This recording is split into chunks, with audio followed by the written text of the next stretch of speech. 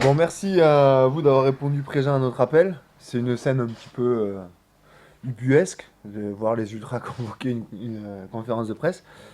Je crois que voilà, de faire ça ici au local, c'était jamais arrivé. Enfin, du moins pas comme ça. On a donc un communiqué à vous lire et à vous transmettre. En aparté, donc avant toute chose, pour que vous compreniez bien le sens de notre démarche, c'est qu'aujourd'hui on va entamer un combat. Ce combat auprès de la Ligue de football professionnel va être mené de front par les Ultras, mais également par les Girondins de Bordeaux, qui vont aussi essayer de faire le nécessaire pour que ce match soit redécalé. On répondra aux questions après, si vous en avez. Je pense que vous en aurez. Et on va attaquer ça de suite. Bon. Nous, Ultramarine Bordeaux 1987, association principale de supporters des Girondins de Bordeaux, tenons aujourd'hui à prendre la parole. Cela n'est pas dans nos habitudes d'organiser des conférences de presse, c'est vous dire la gravité pour nous de la situation. Le week-end du 9 mai, comme chacun sait, le FC Girondins de Bordeaux fera ses adieux au Stade d'Escure après une histoire commune vieille de 77 ans. 77 ans d'histoire d'un club, c'est pas anecdotique. Ce stade fait partie du patrimoine du club, d'une ville, mais aussi d'une région. Et nous, fervents supporters des Girondins, attendons cette date depuis fort longtemps. Nous n'avons pas chômé ces derniers temps. Notre but, c'était quoi? C'était offrir à notre club, à son stade, à notre ville, à sa région, un départ émouvant et inoubliable. Depuis des mois, un travail aussi bien technique à travers la préparation d'un tifo qui se devait être extraordinaire, mais aussi une logistique avec la préparation d'une journée exceptionnelle ont rythmé la vie de notre association. Nous souhaitions rassembler autour de la bannière du club des milliers de supporters des Girondins pour qui, comme nous, ce départ est lourd de sens et qui seront certainement très émus au soir de quitter ce stade, témoins de nos vies à travers la vie du club. Nous sommes des milliers à vivre au rythme des saisons de notre club. Nous sommes des milliers à avoir élu domicile au sein de ce stade. Depuis le début de l'année 2015, nous avons mis les bouchées doubles. Nous avons créé cette opération Adieu l'Escure afin de permettre le financement de toutes nos festivités. Grâce à l'aide de chacun, nous avons pu collecter les sommes nécessaires à la réalisation de nos tifos. Plusieurs tifos, et ce à partir d'une heure avant le coup d'envoi, devaient être réalisés dans l'enceinte du stade. Et les festivités devaient durer jusqu'à bien après le match. Nous avons été de réunion en réunion afin de nous organiser et d'organiser hors stade un événement inoubliable au cœur même de la ville de Bordeaux. Dès midi, le jour du match, nous avions obtenu les autorisations nécessaires à l'occupation de la place de la République, avec une scène, avec un écran géant, un point de restauration, avec des buvettes et une vente d'alcool. Nous y avions prévu d'y passer l'après-midi à plusieurs milliers en revivant les moments historiques de la vie de notre club, collectivement devant un écran géant. Nous y avons convié d'illustres gloires du FC Girondins de Bordeaux qui se faisaient un plaisir de retrouver ceux qui furent jadis leurs supporters et leur public pour un moment d'émouvantes retrouvailles. Nous avions aussi prévu un immense cortège de plusieurs milliers de supporters marines et blancs qui auraient défilé ensemble de la dite place de la République jusqu'au stade. Le club des Girondins, la mairie de Bordeaux, la préfecture, la sécurité publique, Keolis, nous avions réussi à faire asseoir tout le monde autour de la même table afin d'offrir à Bordeaux une grande fête marine et blanche. Une logistique démente a été mise en place qui nous menait jusqu'au terme de la rencontre et bien après puisque nous devions rester dans le stade jusqu'à près d'une heure du matin avec à la clé buvette, concert et une soirée qui s'annonçait riche en émotions. Nous sommes aujourd'hui le 23 avril, il est 15 heures. L'annonce officielle du match est pour nous un coup de tonnerre, un coup de poignard aussi. Bordeaux-Nantes se déroulera le dimanche à 14 heures. Le pire horaire, le pire jour. La pire chose qui pouvait nous arriver. Évidemment, dans les bureaux cossus de la Ligue de football professionnel, personne n'ignorait cet événement, ni les complications qu'engendrerait un décalage de sa date et de son horaire. Il n'ignorait pas que des milliers de supporters avaient prévu de venir des quatre coins de France, qui se trouvent aussi, pour la plupart, bien ennuyés aujourd'hui. Et que dire de nous, qui bossons comme bénévoles et amoureux du foot d'arrache-pied depuis des mois, jusqu'à passer nos nuits dans des hangars pour réaliser ce spectacle. Non, le programme des festivités tel que nous l'avons prévu n'est pas réalisable dans ces conditions. Oui, si nous avons fait tout ça, et que le match ne change pas, tout tombera à l'eau. Nous avons eu l'occasion à de nombreuses reprises par le passé de rencontrer la LFP.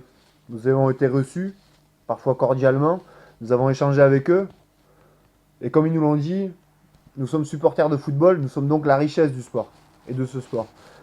Nous sommes aussi une réponse colorée et animée à tous ceux qui stigmatisent à longueur d'année les supporters.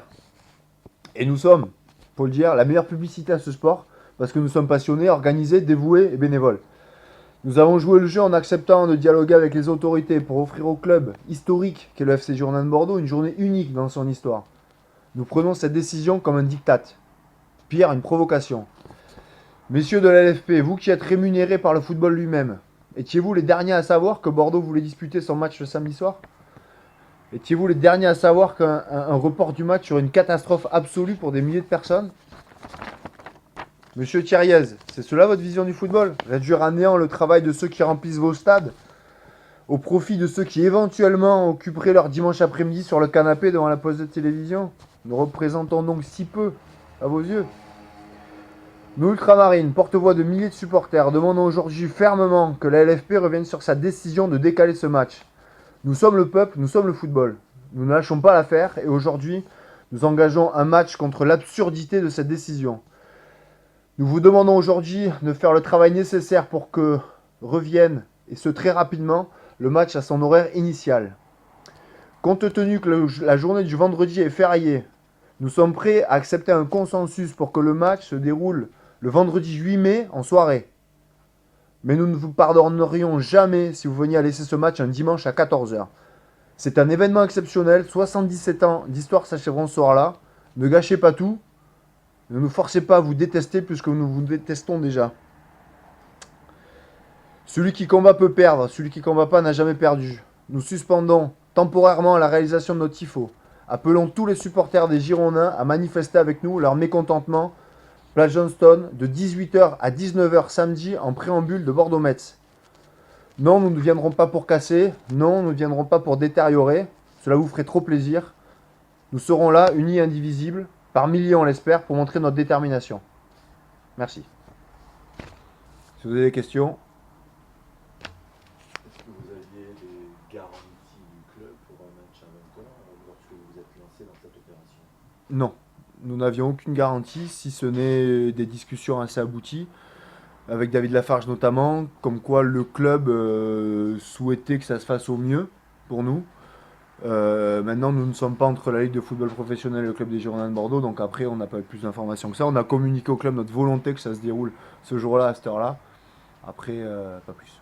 Quelle est la réaction du club? Je suppose que vous leur avez donné ce communiqué, enfin, vous en avez parlé. Plusieurs données au niveau du travail de manière intrinsèque avec le club des Girondins de Bordeaux, et j'ai eu l'occasion de parler avec David Lafarge à peu près toute la journée. Il y a des personnes au club qui se sont engagées dans cet événement et qui ont travaillé d'arrache-pied avec nous et qui étaient aussi effondrés que nous. Après, concernant Monsieur Trio, Florent, tu l'as eu au Non, téléphone? le club est à nos côtés pour que un horaire acceptable par tout le monde soit trouvé. Le club est à nos côtés dans cette histoire. Bonne job. Et le club s'est énormément engagé à nos côtés, s'est énormément investi. Laurent parlait de David Lafarge. David Lafarge bosse autant que pas mal d'ultras sur cet événement depuis pas mal de temps. Et lui, ce soir, est très, très triste comme nous, quoi. Donc, bien sûr que le club est à nos côtés. C'est un événement historique. Beaucoup de gens se sont investis, la mairie, le club, les adhérents ultras, et pas que. Beaucoup de supporters. Et c'est un peu tout qui tombe à l'eau, quoi. Nous, on espérait simplement que le bon sens soit évident, quoi. Je veux dire, évidemment que la télé est importante, évidemment que les droits télé est important, évidemment que le football a besoin d'argent, mais enfin, on ne quitte pas un stade où on est depuis 77 ans tous les jours. On peut de temps en temps faire une exception et essayer de trouver une solution acceptable pour tout le monde. Enfin, c'est quand même logique, quoi. Là, c'est vraiment irrespectueux pour tous les supporters des Girondins d'aujourd'hui et d'hier. Parce qu'évidemment qu'on est plutôt satisfait de cette entrée dans ce nouveau stade, mais c'est un déchirement pour des milliers de personnes de partir de l'Escure. On y a tous des souvenirs, on y a tous grandi. Et c'est un moment qu'il faut commémorer comme il se doit, quoi. Ça dépasse même le cadre du football, quoi. C'est une page d'histoire de la ville de Bordeaux qui se tourne. Et encore une fois, c'est uniquement l'argent qui est roi, les droits télé qui sont rois, et c'est les télés qui décident. Voilà, bon, il faudrait peut-être qu'à un moment donné, les télés n'oublient pas que dans le football, il n'y a pas que les télés, il n'y a pas que les spectateurs chez eux devant la télé. Il y a aussi les gens au stade, et ces gens-là sont aussi très importants. Parce que je pense pas que la télé serait très satisfaite de diffuser des matchs où il n'y a personne dans le stade. Les huis clos, ça amuse personne. Mais petit à petit, c'est ce qu'on est en train de faire. On est en train d'éloigner les vrais supporters. On est en train d'éloigner le peuple des stades. Voilà. Et cette décision est totalement symptomatique, symbolique de cette situation. Parce que ça reflète tout ce qui se fait actuellement dans le football, comment la Ligue gère les supporters. On parlait de dialogue, Laurent parlait tout à l'heure de dialogue qu'il y a pu avoir, mais enfin c'est des dialogues qui datent de 6, 7, 8 ans, où finalement on nous a écoutés par politesse, on avait même rencontré Ramayad. Il y a eu des journées, des ateliers de travail, etc. Mais ça n'a débouché sur rien. À part des petits fours, des longues discussions, des promesses, de la politesse, où il y avait M. Thiriez, Mme Ramayad, des gens de la Ligue, etc. Il y a eu un semblant de dialogue, mais finalement, il n'y a rien eu. Et encore une fois, on méprise, comme c'est le cas depuis des années, on méprise les supporters. Voilà.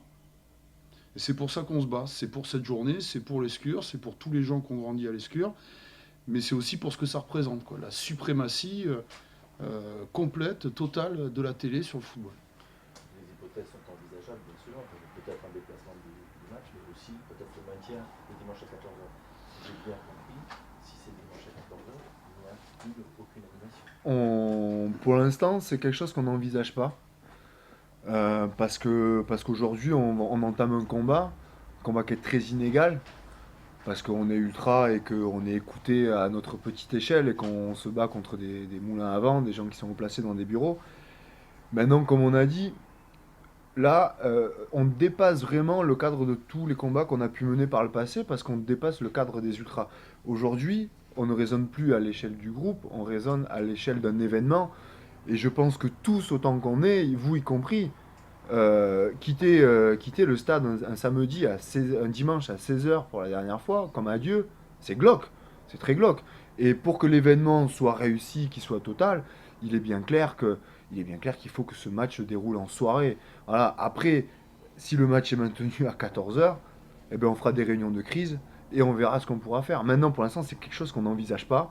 Et on va se battre avec toutes les armes qui sont les nôtres, c'est-à-dire les gens qui seront derrière nous, c'est-à-dire la presse, c'est-à-dire en communiquant, et c'est-à-dire en appelant déjà un rassemblement, Place Johnston, samedi de 18h à 19h. Je pense que si on est déjà des milliers, que la Vox Populi est présente dans la rue à montrer son mécontentement, on peut aussi faire bouger les lignes. On fait partie des gens qui pensent que les lignes peuvent bouger, que voilà, hein, on peut déplacer les montagnes.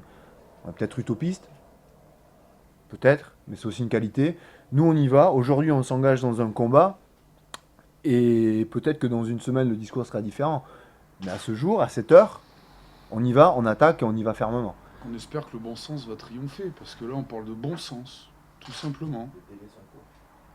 Ben, il va Là, falloir actuellement, qu'on je donnais des matchs un mois avant, mais c'est vrai que vous Ouais. demandez de savoir si Monaco était déjà éliminé, mais Les délais sont courts, ouais. Et c'est c'est bien pour ça qu'on a déjà fait une première conférence de presse à peine 5 heures après l'annonce. Et que en aparté, samedi, on espère qu'il y aura énormément de monde Place Johnston. Parce qu'on n'a pas le temps. Parce qu'on n'a pas le temps de s'organiser, parce qu'on doit réagir sur le fait, parce qu'on est pris à revers. Et parce qu'encore une fois, mais attendez, je veux bien qu'on soit un peu extrémiste. Mais vous vous rendez compte que la vente des places au stade, aujourd'hui dans le football, se fait avant que le match soit fixé.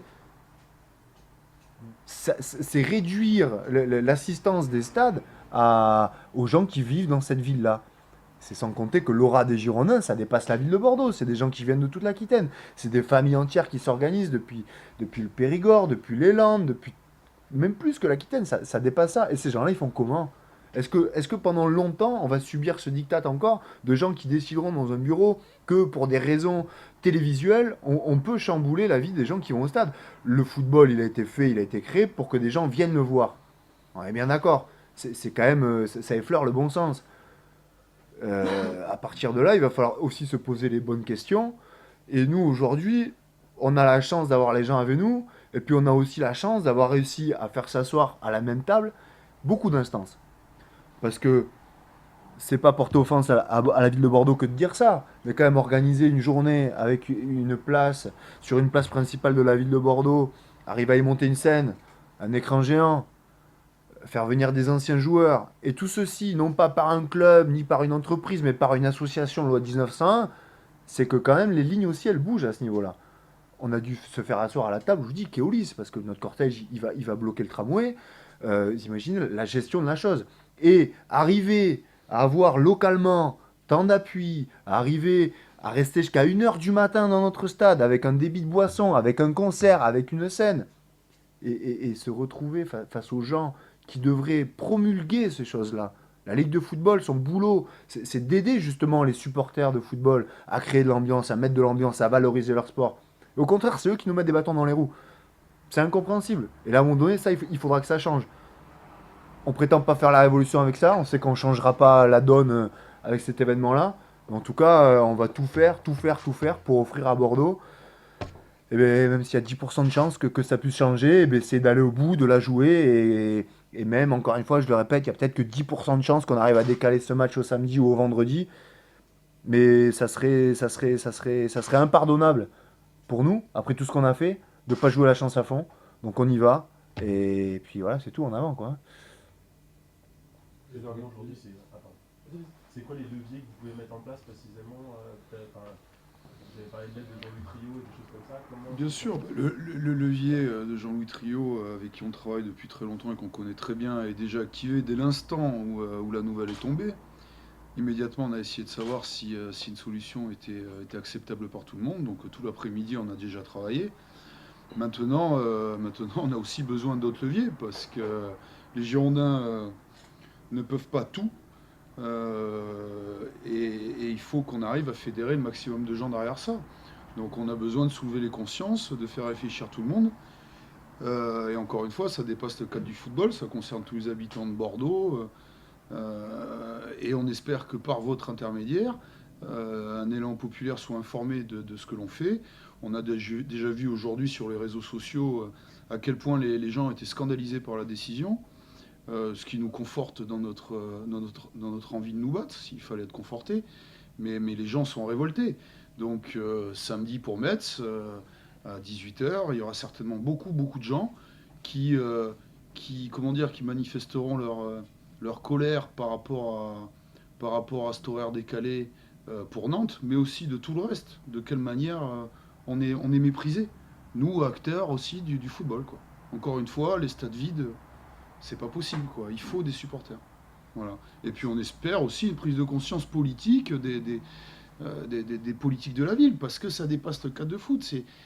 Le parc Lescure est rempli d'histoires, rempli de souvenirs, et ça dépasse le cadre du football, quoi. Ça a marqué chacun des habitants de Bordeaux au moins une fois, quoi. Je veux dire, voilà.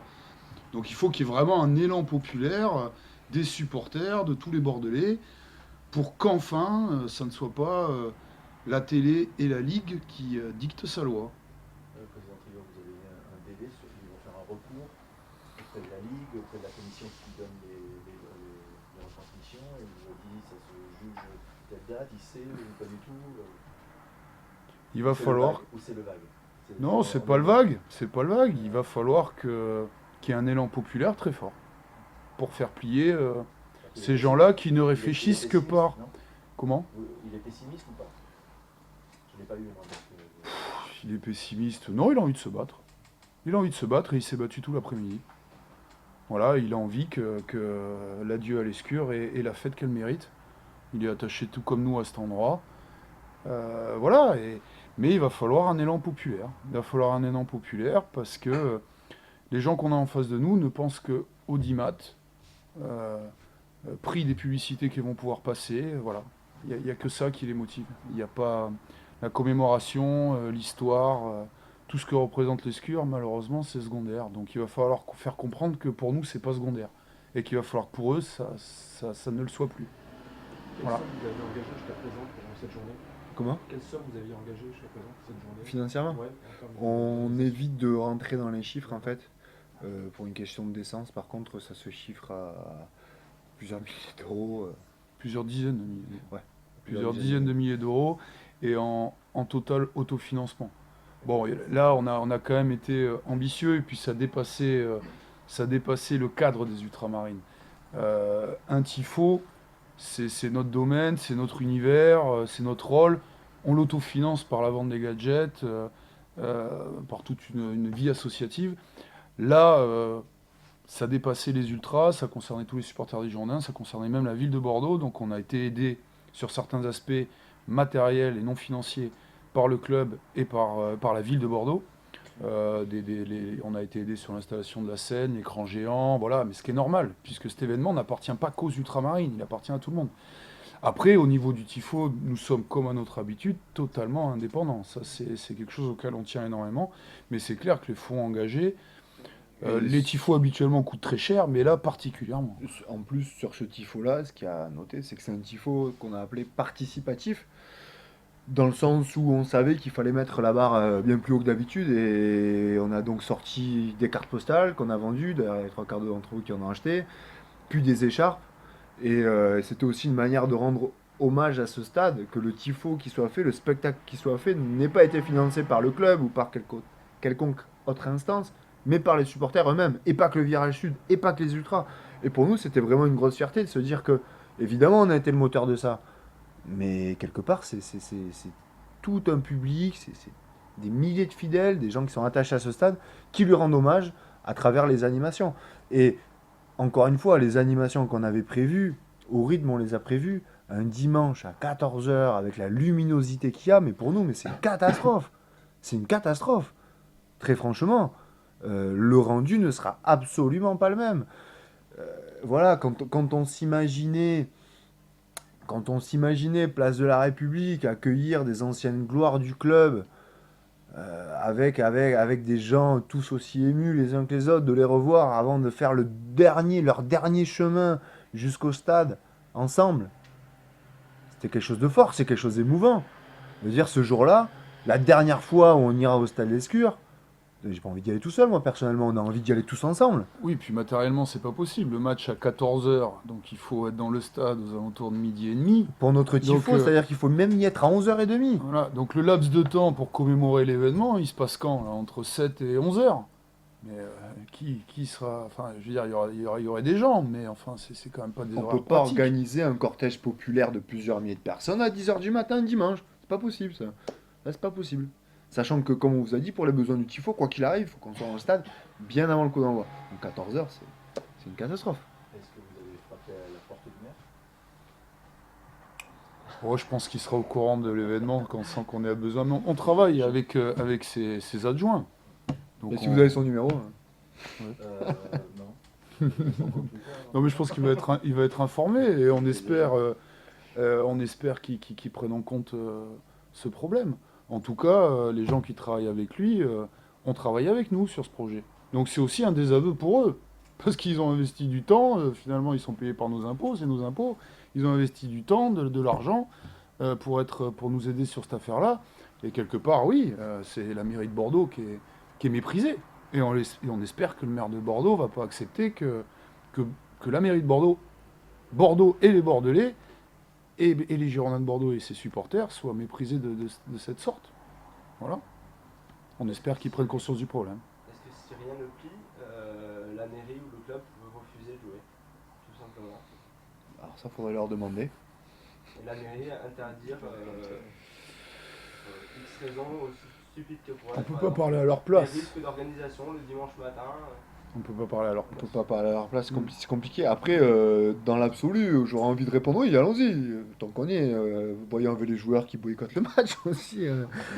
Pour nous, toute initiative de ce genre sera très bonne. Maintenant, on est utopiste, mais on essaie aussi d'avoir les yeux en face des trous. Là, Enfin bon, à un moment donné, trop c'est trop. Je veux dire, bon, nos amis corses, des fois, sont parfois un petit peu excessifs, mais je trouve quand même que sur la finale de la Ligue, ils ont grandement raison.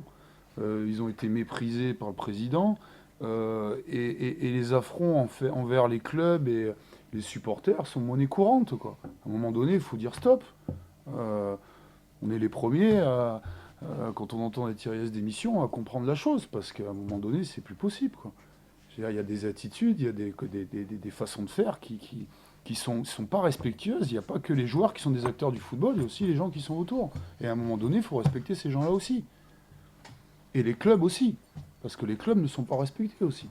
Une pétition a été lancée, vous comptez en lancer une, vous attendez que d'autres s'en occupent? nous, notre pétition, en tant qu'ultra, elle se fait pas sur les réseaux sociaux ni sur Internet. elle se fait sur nos terrains d'action. Donc notre premier terrain d'action, c'est samedi de 18h à 19h, place Johnston. Je pense que ça sera beaucoup d'impact. Après, toutes les initiatives populaires, évidemment, seront les bienvenues. On s'engage dans un rapport de force. Ce rapport de force est très inégal, on en a conscience. À partir de là, il va falloir aussi que la Vox Populi, que les gens s'approprient aussi le mouvement qu'on initie aujourd'hui et fassent tout le nécessaire. On appelle justement tous les gens à une réaction forte et sensée face à l'hérésie de cette décision-là. Voilà, donc nous on est un moteur, mais on est aussi ouvert à tout ce qui se passe autour. Je Et pense on, que ça peut justement aller au-delà du virage sud. il faut que ça aille au-delà du Oui, virage mais sud. est-ce que, par rapport à votre existence, ça fait longtemps, vous connaissez un peu le public bordelais, il ne se mobilise pas forcément toujours, quoi. Donc est-ce que... On a bon espoir parce que quelque part, il est vrai que le public bordelais a du mal à se mobiliser. Le public bordelais est... Enfin, 3000 personnes se sont déjà engagées à venir. Se sont déjà engagées dans Oui, le mais projet Adieu les Skurds de la place de la c'est République. difficile de 3000. bouger le public bordelais maintenant. Le public bordelais est difficile à bouger, mais le public bordelais est quand même aussi fidèle. Et Et fier. le public bordelais a aimé ce stade aussi à travers les années. Le public bordelais attend cet événement et nous on le sent. On sent l'engouement. Effectivement, quand on sent qu'on a personne derrière, on sait qu'on part au casse-pipe, quoi. Là, très franchement, on sent qu'on a les gens derrière nous parce qu'on sent justement que, d'une, c'est légitime, et que de deux, il y a une attente des supporters bordelais. Et vous regardez un petit peu la réaction des gens, et je veux dire, tous autant qu'on est, et encore une fois, vous y compris, quand vous avez appris la nouvelle, vous vous êtes dit, mais c'est pas possible. C'est pas possible. La colère, elle a émané de toutes les parties, quelles qu'elles soient, à Bordeaux. Et quand vous avez quelque chose qui agace les supporters les plus actifs, mais aussi les passionnés depuis des années, les gens qui vivent autour et hors de Bordeaux, qui agacent les journalistes, qui agacent la mairie, qui agacent la préfecture, qui agacent tous les gens qui se battent depuis 3 4 mois au jour le jour pour essayer d'arriver à organiser quelque chose qui soit le plus beau possible, ben vous dites, voilà, là on est légitime, là on a le poids, et là il faut y aller. Voilà, on y va. Et puis vous voyez un exemple d'un gadget qu'on a fait, l'écharpe, pour financer cette journée commémorative. Il n'y a absolument rien d'ultramarine dessus. Je pense pas me tromper, si. C'est signé. Enfin, c'est signé, oui, mais ça a été acheté, combien d'exemplaires exactement ont été vendus? Moi, là, on est à 4000, 5000 exemplaires. 4-5 000 écharpes et en autocollant des Et dizaines de Des milliers. dizaines de milliers. Donc Et c'est- nous, et il en reste on a 1000 adhérents. Ça a totalement dépassé nos 1000 adhérents. Je veux dire, il y a des milliers de personnes qui nous ont aidés dans ce projet, quoi, par l'achat des écharpes et des autocollants. On a senti vraiment un énorme engouement. Voilà, donc faut pas sous-estimer le peuple bordelais.